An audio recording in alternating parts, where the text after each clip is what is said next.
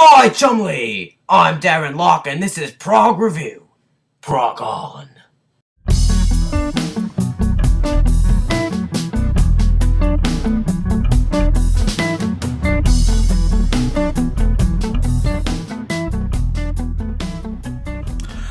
And welcome to episode 16 of Prog Review. And if you will excuse my noisy bird in the corner there, we're going to be talking about the new Steven Wilson album, the veritable feast that is gravy for dowsing. Sorry, I meant grace for drowning. This monster. You've seen the unboxing, so now we're going to talk about the tunes held within. So, this is going to be a long one, so I'm going to try and rattle through it as quickly as I can. The box set begins with the title track, and we see Steven Wilson going all Nigel Tufnell, and he manages to pull off his own veritable Lick My Love Pump. It's a nice tune.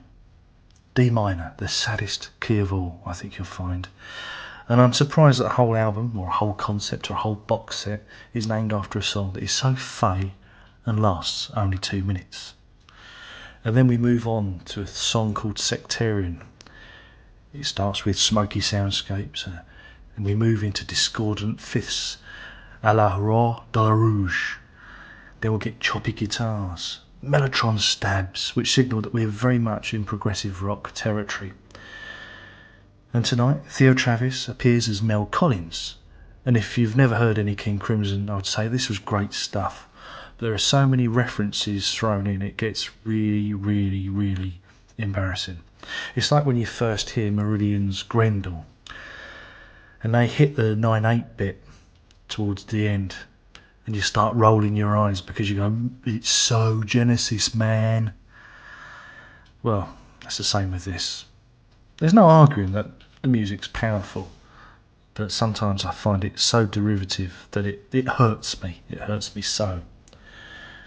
And that follows into a track called Deformed to Form a Star. And it's a mellow little number, which sounds very much like a Porky Tree song, but it's got added mellotron goodness this time around, so you know that it's still prog rock.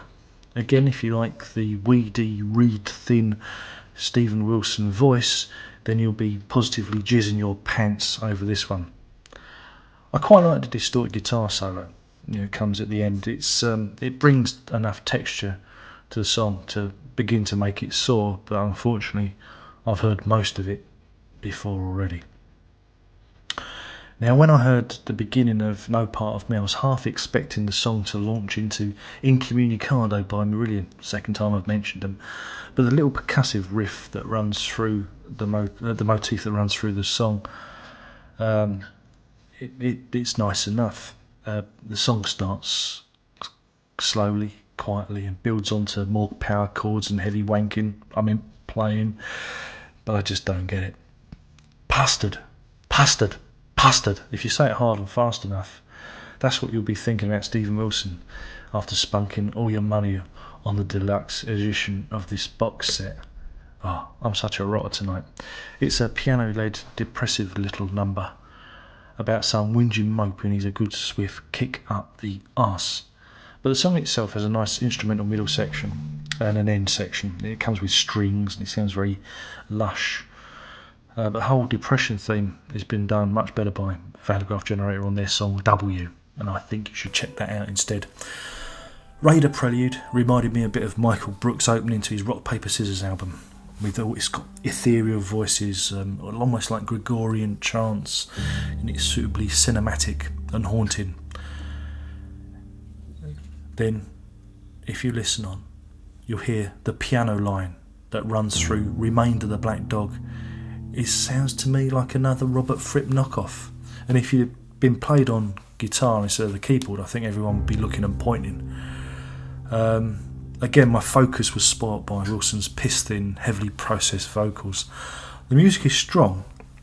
In fact, it's strong enough to be a solely instrumental track, but for me, the voice, it just gets in the way. The good thing is there's some epic blowout sax from Theo Travis again, and you know you're back in knock-off King Crimson country. It's very Lizard, it's very fun, but I couldn't stop rolling my fucking eyes. They kept rolling in my head like that, and they're very naughty eyes. That's the first disc dispatched. We move on to the second disc, which opens with a nice little track called Belle De Jour, which is named after Steven Wilson's favourite prostitute. And it's quite a nice little instrumental piece, bringing up an almost Parisian moodscape. Far across the Seine, dour-looking Frenchmen wearing berets and bearing strings of onions. Attractive women with unshaved armpits, reeking of garlic. You know the score. In fact, these shorter pieces, I found them quite satisfying. I quite like them, and very moody and very cinematic. And it's a shame that there wasn't more of that on the table for me. But what's one man's meat is another man's poison, I guess. More ominous soundscapes roll in as Wilson casts himself as the ultimate fanboy collector in Index. And for me, it's probably the favourite track off the record, because it actually has an emotional core. You can actually feel something for it, and it feels more akin to what came on the Insurgents album, his solo album before this. It isn't a stinker, and it doesn't sound like King Crimson, and that's a good thing. Yeah. Then we've got track 1, which isn't track 1 at all. You see, he's playing a little game. He's trying to get inside your head.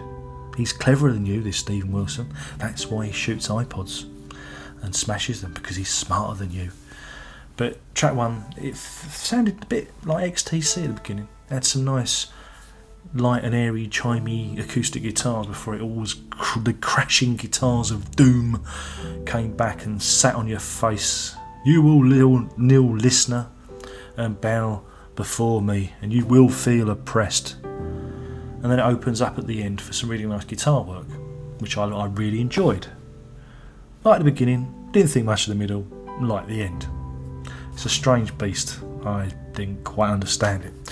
And then, just when you thought you've had enough prog, Steven Wilson says, no, I'm going to prog you hard. I'm going to prog you where the sun doesn't shine. We get a full-blown prog epic with the 23-minute, 21-second Rader 2. It starts off well. It sounds like an elegy with all moody pianos and what sounds to me like an oboe, but it could be a sax or something. And then a riff comes in which sounds like it's been nicked from Mark Bolan, 21st Century Boy or something like that. And would you believe it, there's those fucking mellotrons again. More fucking mellotrons, because it's prog. He's got his little prog rock checklist out, and he's, flat and fifths, yeah, check. Indeterminate length of song, check. Choppy guitars, check. Weedy vocals, check. Mellotrons, check, check, check, check, check. And someone doing a rip-off of Mel Collins, check. And that's Rader 2. Wilson sneers out a vocal that sounds a bit like Syd Barrett to me, echoes of the early Floyd, and Theo Travis brings the flutes. Then we go quiet, loud, quiet, loud, quiet, loud, quiet, loud. You know the score. And it becomes quite routine. I mean, it's all solid musicianship, and I can see why, some people will, throw themselves on the floor and claim that Wilson is a genius. But for me alone, I find it's prog by numbers. Yeah, prog by numbers, because he's got his checklist out, and that's it. The song itself, it builds to a suitably raging storm of a finale, and then, just when you think it's over, it's not. He's not going to let you go that easy. The last track on the album is called Like the Dust I've Cleared From My Eye, and it brings welcome relief from all that prog rubbish we've just been listening to. It's one of those songs that could have appeared on a Porcupine Tree album or one of his other on his last solo album. And it features, again, twee vocals and a swirly dream production that will have fans weeping into their deluxe editions and proclaiming Wilson is in fact a genius. And then, thank fuck, it's all over. Unless you've bought the deluxe edition and you've got another CD of offcuts to get through, but I'm not going to talk about those. Right, for me, as an album, it's an incoherent mess. It's just a mess. There are some good bits. Granted, there are some good bits in there, and there are some bits in there that aren't so good. The constant use of the mellotron and the discordant King Crimson chord work grates for me. I'm not sure what Wilson's trying to achieve. I'm not sure it works. But then I've read reviews from lesser men who positively explode when they hear this album.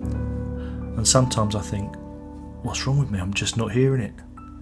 And it's the same for some of the Porcupine Tree stuff, when people, jizz themselves and say this is amazing, and I just don't get it.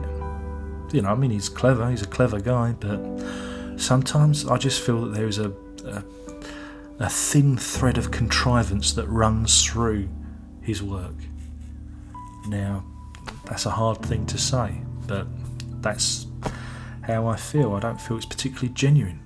In fact, I think it's particularly disingenuous.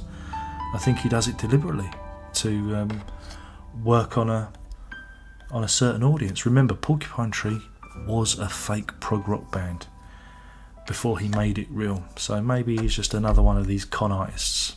Who knows? The whole thing, it's very clever, but I don't know what it's meant to be. The Blu-ray, the Blu-ray's alright. The surround sound mix is quite nice. You get a lot more definition. Again, it's I can't complain about Stephen Wilson's surround sound work and his production. He's a very good producer. Heck, I'd even use him myself if I was in that game. I trust his ears. He's got a really good set of ears on him.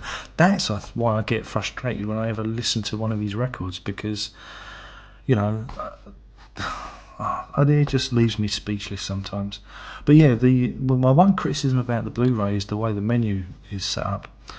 There are videos for some of the songs, but you have to go into the title menu and stand on one leg and stick your finger in your ear and say Steve Wilson backwards 3 times before you can access anything. The menu's really kind of convoluted. Even more convoluted than the King Crimson Deja Vroom DVD, and if you've got that, you know what I mean. So I think it could have been much more satisfying experience if the menu had been a little easier to navigate. But apart from that, it's very good, and I think the Blu-ray version's available separately now, and I think it's probably the best way to hear the album. It certainly is more atmospheric. The stereo mix is good. It's fair. But if you want to hear all the details and really hear the record, and I think, again, with the way he's mixed it, you get the feeling that that's how he would have wanted it to be presented. Check out the Blu-ray. So, I guess I've better come up with my rating. This is the bit I'm worried about, because the baying mobs are going to be after me. I don't really want to be castigated for not liking Porcupine Tree Stephen Wilson product, but for me, I don't get it. 2 out of 5. 2 out of 5. 2 Porcupine Trees out of 5. So I'm not even going to try and be clever, because I don't think there's any point. But it's a double album. It's sprawling. There's a lot to take in. Some of it's really good and atmospheric. The vocals the vocals are appalling. He did better vocals on the Insurgents album, or even on the Incident. The Incident, I really like that record. So 2 out of 5. Do you agree? Do you disagree? If you agree, leave your comments. If you disagree, leave your comments, but don't throw bricks through my window. I don't want any of that shenanigans. But use the comment box. Agree, disagree, tell me what you want to hear. Again, I'm going to try and do some more stuff. I know you want Camel. I know there's been some other suggestions. I will work my way through. Honest I will. And we'll get there. I need to do more of these. I think I'm kind of falling behind. Don't forget to thumbs up, if you like it. Don't forget to subscribe.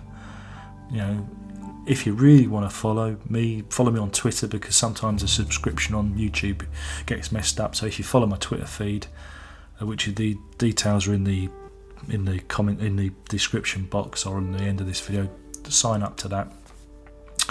And yeah, that's been that. So I mean, yeah, go out and buy it, listen to it, tell me what you think. Now I'm getting a ramble. I think I'm rambling. It's, I don't know, whatever time it is in the morning. It's the only time I can get any peace here, because it's mayhem the rest of the time. But my name is Darren Locke. I'm rambling. You're wearing your underpants on your head again. Why? And you know, when all's said and done, when you think you've run out of energy and you just want to collapse in a heap on the floor, you know it's time to prog on.